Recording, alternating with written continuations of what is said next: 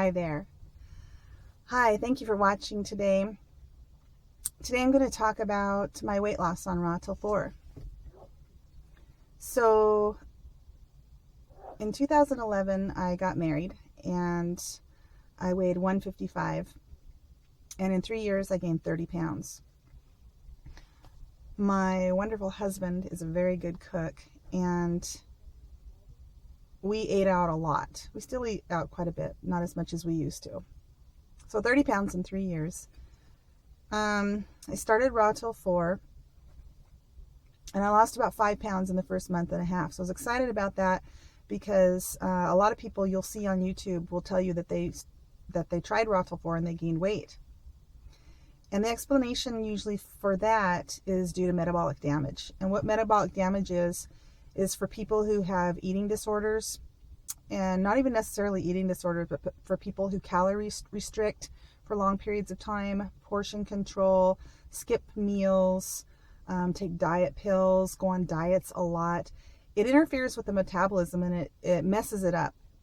And so then you go on a diet like Rawtill4 and you're meeting your caloric needs, you're eating a lot of calories, and you put on weight, and it takes time for your metabolism to heal. So that's the explanation for why sometimes people gain weight on Rawtill4. Well, I didn't have an eating disorder, but I had, I skipped meals a lot, portion controlled, that sort of thing. So I didn't know if I was going to gain weight or lose weight. Well, I lost 5 pounds in the first month and a half, and most likely that was all water because Rawtill4 is a low sodium diet. After that, unfortunately, I didn't lose 5 pounds every month and a half. I lost about, on average, probably about a pound per month. And I plateaued. Remember, I started at 185 and I plateaued at 170 after about 10 months. And that's where I've been for the last couple of months. Right now I'm about 11 months into my vegan journey. So I guess I plateaued at 170 or more around 9 months. But that's okay. I have to focus on the fact that a lot of healing has taken place in my body, and I'm really happy about that. And remind myself just to stay the course and be consistent. I'm not going to go back to eating a standard American diet by any means, so I really don't have a choice. I mean, I have a choice, but so sorry, I'm distracted. So 30 pounds in 3 years. And when I began the diet, I was, oh my gosh, none of my clothes fit me. I had trouble breathing. They were so tight. I was getting ready to buy all new clothes. And just losing that 5 pounds, I could fit into my clothes. It was weird. I felt much better. I felt really good about myself. Of course, I was ecstatic about the healing that was taking place in my body. It just felt like a miracle what was happening, just too good to be true. And so that's really about it. I feel like it's been a success in terms of my weight loss. I haven't lost the 30 pounds, so as far as that goes, I haven't met my goal, but I feel like it's been a success. Because of the healing that's taken place, and because that I have lost weight. And so if it has to come off slow, that's okay.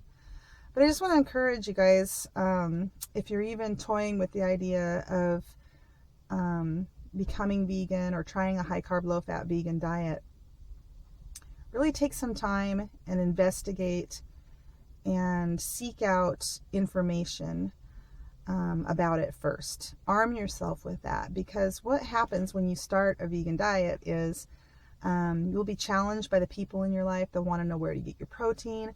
They'll want to know, what about calcium? Everyone's going to have a story about someone they knew that was vegan and they were walking down the street and they broke their leg, these kinds of things. And it's going to make you question if you're doing the right thing or not. People that you respect and love and trust are concerned about you. And so it's really important to arm yourself with information. Read the China study. Dr. Colin Campbell, this is like 30 years of his life. This is his baby, collecting research. He's not just one of these guys that wants to make money, wants to get your money and sell you a lose weight quick, diet book. This is his life's work. In populations where there's high consumption of animal foods, there's high rate of disease. You'll look at the charts and see the numbers, you know. In populations where there's low consumption of animal foods, there's low rate of disease. In populations where there's high consumption of dairy, there's high rates of osteoporosis.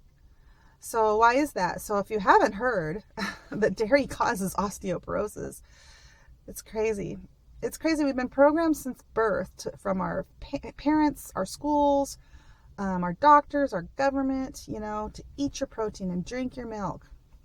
What if it's not that good for us after all? What if it's actually hurting us? You've got to find out the truth before you go another day putting these foods into your body that could be poisoning you. So our bodies have to be in a certain pH. They have to have a pH balance. We know that.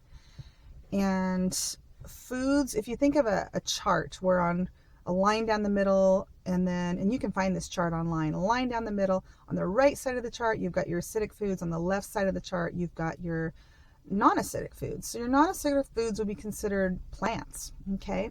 And your acidic food would be meats, dairy, eggs, alcohol, those types of things. Junk foods, processed foods, very acidic. So when you consume acidic foods, your body has to find a way to alkalize those foods. So one way you can do that is with plants. So if you're eating a balance of acidic and plant foods, that's better than just eating acidic foods, obviously.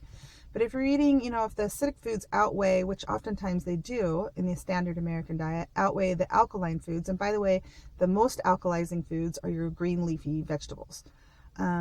So if your acidic foods outweigh your your base foods, your non-acidic foods, then your body needs to alkalize itself. And then the good news is our bodies have a way to do that. And what they do is they pull out minerals from our bones that are very alkalizing to the body.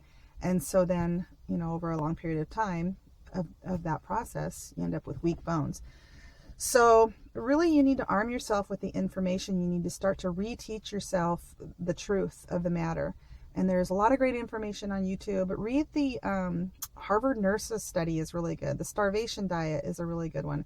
And again, when you start watching YouTube videos online, a lot of these channels will link the scientific evidence that they're talking about to back up their claims on their channel. So do a little homework. It's what I did. I did it for about a year before I became a vegan. I really studied, and it took me a long time to really be convinced this is something I need to try. And gosh, I'm so glad that I did. So I want to encourage you to do the same. You really need to arm yourself when you come into this lifestyle with knowledge and with truth, because you will be tempted. You will be very tempted to give up the diet on a daily basis. From all of the naysayers. You might have a friend that's on a paleo diet and they'll recommend you watch Origins, and you'll watch it and you'll think, oh, that sounds good.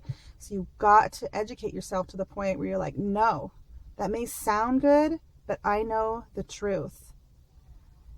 And so I just encourage you. And it's not that hard. I tell this to people a lot. Being vegan is not that hard. There are hard things about it. There were hard things for me when I started Rawtill4, and that's going to be my next video. I'm going to talk about the major challenges that I had starting the Rawtill4 diet. And honest to goodness, it was YouTube is what strengthened me and supported me to stay the course, because there were other people on YouTube that had had similar challenges, and you know, they shared, this is what happened, this is how it felt, this is what I did about it. So yeah. All right, that's enough of that. Thank you for watching.